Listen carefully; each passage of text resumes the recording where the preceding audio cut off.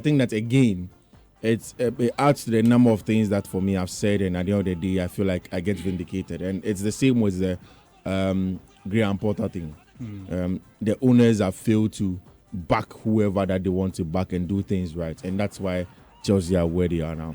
At the end of the day, they are sacking Mauricio Pochettino because they want somebody that's going to be in their vision.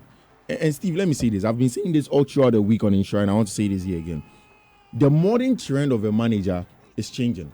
Okay. These days, successes of clubs is not hinged on a superstar manager again.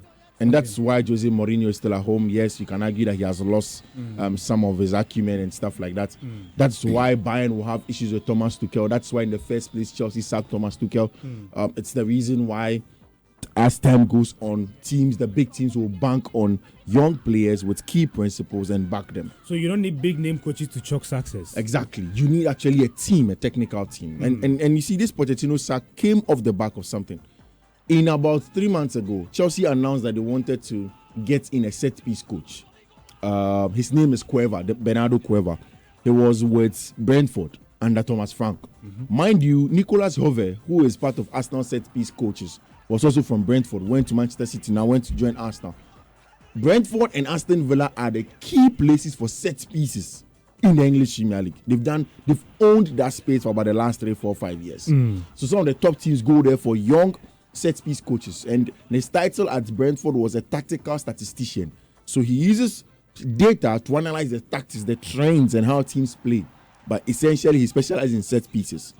So Chelsea went to buy him. Pochettino went to a pre-match press conference, so that is Cueva on our Facebook. Yeah. Pochettino went to the post-match press conference and said he doesn't think that there is a need for a set-piece specialist. That his assistant Jesus Perez helps in set-piece stuff, and he does it as well. So he disagreed. He disagreed with the owners.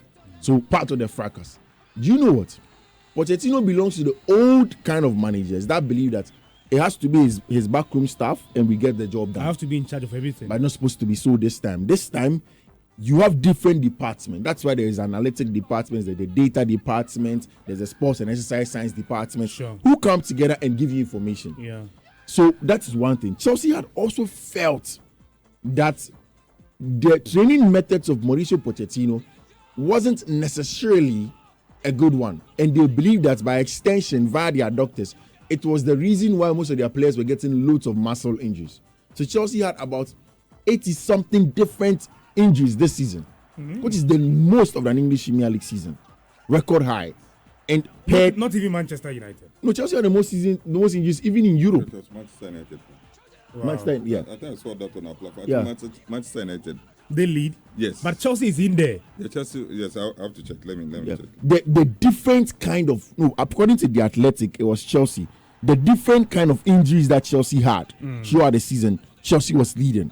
I think even in second, in terms of the different kind of injuries, Tottenham Hotspur was second before even Manchester United had come. Okay, so BBC actually focused on the Premier League. That's the BBC one. On the Premier League. Yes. Premier League. But I'm sure Fifi is talking about all competitions, all right? No, what does the BBC say? So the BBC said most injuries in the Premier League: Manchester United 45, Chelsea 43.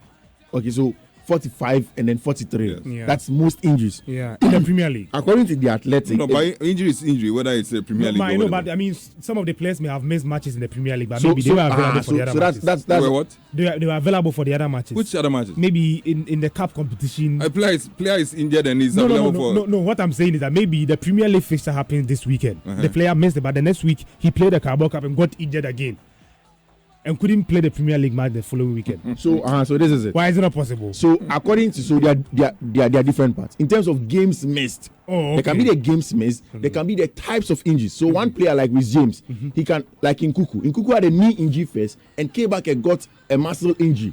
Those are two different injuries for one player. You understand what I'm saying? Okay. So they can be those subset of injuries. Okay. In terms of games missed, Chelsea had the most 2,503 games missed. Days lost, Chelsea had the most 21,163. Chelsea. Time lost to injuries, Chelsea 590. So all the players put together. All the players put together, exactly. Okay. And this is via the Athletic. Okay. Days missed, the time of injuries and what's not. Very, very important. The time lost to injuries That's where Manchester United is leading this season with, I think, 655. Wow. So, injuries galore. And they believe that Mauricio Pochettino's training method is part. Okay. To be very honest, that can be a one-sided conversation because you can't really pinpoint if that's true or not. You understand? But Pochettino's assistant, Jesus Perez, is known for physical training. Okay. He tires the training with a lot of physical work and stuff like that.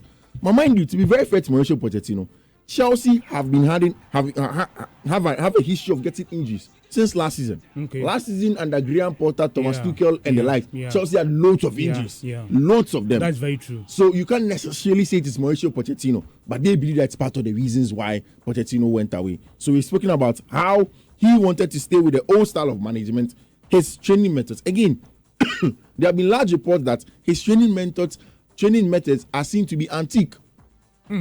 He's not really tactical. He don't seem to be the main guy in terms of tactics and evolution. So you see, what? But all these things, you just mentioned, couldn't they have sat down to reach a compromise? Because so if you want to have a that is why Mauricio Pochettino wasn't sacked. He left on mutual consent with Chelsea. Both of them decided to go their way. They also decided to package the statement. Both of them decided to go their way. Okay. Now, in all of those meetings, Chelsea had always planned that they were going to do an end of season review. Okay. In that end of season review, which wasn't even formal, Mauricio Pochettino had come to understand that Chelsea didn't believe in how he was doing his work. Now, if you've watched Chelsea, and I have a data where I compared all the managers that have been linked to Chelsea as compared to what Pochettino did last season, everything shows that Pochettino's game was too direct, large control. If you watch Chelsea, it's the same. You watch the game against Sheffield United, watch the game against Nottingham Forest. Chelsea takes the lead. Sometimes Chelsea are attacking. There is no control at the back. Yeah, so you concede a lot of chances. Concede chances, and then they end up losing games. And they believe that per their data, Chelsea should have been in the top 4 regardless of the injuries that they had, instead of finishing 6th as it stands now. And most likely may not even go and play in the Europa League. You understand? Okay. Now, Pochettino, on the other hand, by the tail end of the season, results began to go in his favor. You have 2 minutes. Yeah, I'm ending for you. Results began to go in his favor. Since, in fact, after Boxing Day, he was 4th best team in English Premier League. It was only the top 3 that had picked more points than him in there.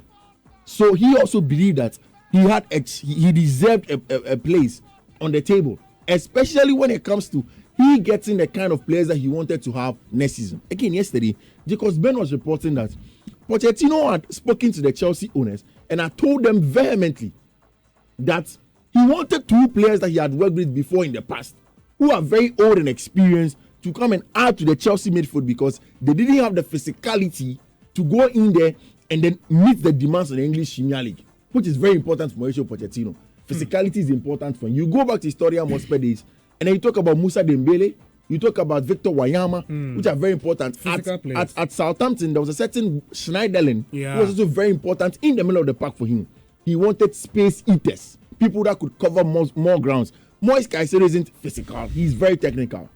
But you see, this is the point where both parties start together and realize that, okay, no matter how long I stay here, it doesn't look like you believe in my methods as much.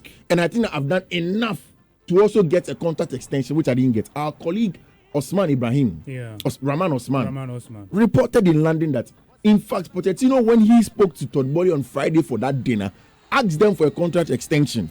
That if you say you are building a project, before we even talk, give me a contract extension because my contract is ending in 2025. So Pochettino signed 2 years. Yes, 2 years. He had finished the first year. Option for another year. Option for another year. So let us trigger that and let's go for a contract extension. Yeah. And he didn't even want just the option for another year. He wanted a longer contract to really show that Chelsea were in for a long-term project. Okay. And that is where the issues came in. Although Todd Boehly, who I picked that wanted him to stay, the truth of the matter is that in the Chelsea hierarchy, a lot of the power has been given to the 2 gentlemen, Wayne Stanley and Stewart. Okay. They were brought on by Clear Lake, which is owned by Baghdad Egbali and then Jose Feliciano. So at the end of the day, it doesn't look right given the results that were coming at the last end of the season. But if you look at where Chelsea want to go to, if you look at what the owners want to do, you can agree that they are looking at a young, dynamic, more tactical manager to bank their hopes on. Albeit that is a huge gamble. Because look at the names you mentioned in your intro. Kieran McKenna, Enzo Maresca, Roberto Di Zerbi, Sebastian Hoeneß. I don't talk about Thomas Frank because I think that's just a decoy. Thomas Frank and then the other, those two, I don't think they are main guys in there. I believe that Chelsea will end up with Roberto Di Zerbi. I see. I think that there's a huge PR job going on social media where they are testing the waters to know what their fans may want. But I really do think that Roberto Di Zerbi is the guy that they will end up with. Because I remember when Chelsea were going for Mauricio Pochettino, it started with Luis Enrique, Nagelsmann came in, other people were mentioned. Eventually, it was Mauricio Pochettino. We'll have that conversation later as to whether Roberto Di Zerbi will be the right manager for Chelsea at the moment. But I mean,